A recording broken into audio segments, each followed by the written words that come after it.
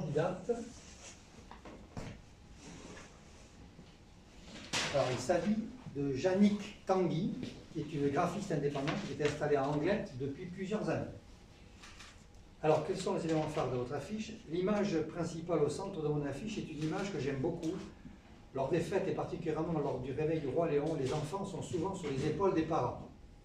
Elle symbolise des fêtes accessibles à tous et intergénérationnelles. Le réveil du roi Léon marque le début de la journée du festime qui déambule ensuite au rythme des animations. Comment cette idée se décline-t-elle graphiquement?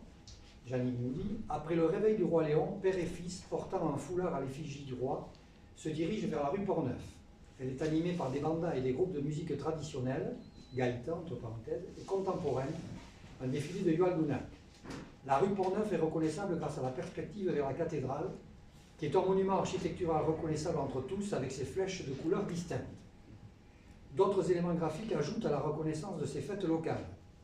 L'encadré du titre en bas est inspiré des inscriptions qui figurent au-dessus des linteaux sur les maisons basques et que l'on appelle altabourou. J'ai en outre repris plusieurs autres codes des fêtes, les espadrilles, le piment, la vachette, ainsi qu'une clé dans le titre « Fête de Bayonne ». Quant aux couleurs, ce sont les couleurs emblématiques des fêtes. Enfin, précision importante, voire essentielle, contrairement aux images réalisées par l'IA qui nous parasite et pollue de plus en plus notre environnement, cette affiche est réalisée au crayon et au pinceau. C'est une illustration traditionnelle qui m'a valu quelques heures de travail, ceci afin de renforcer encore l'aspect traditionnel des fêtes.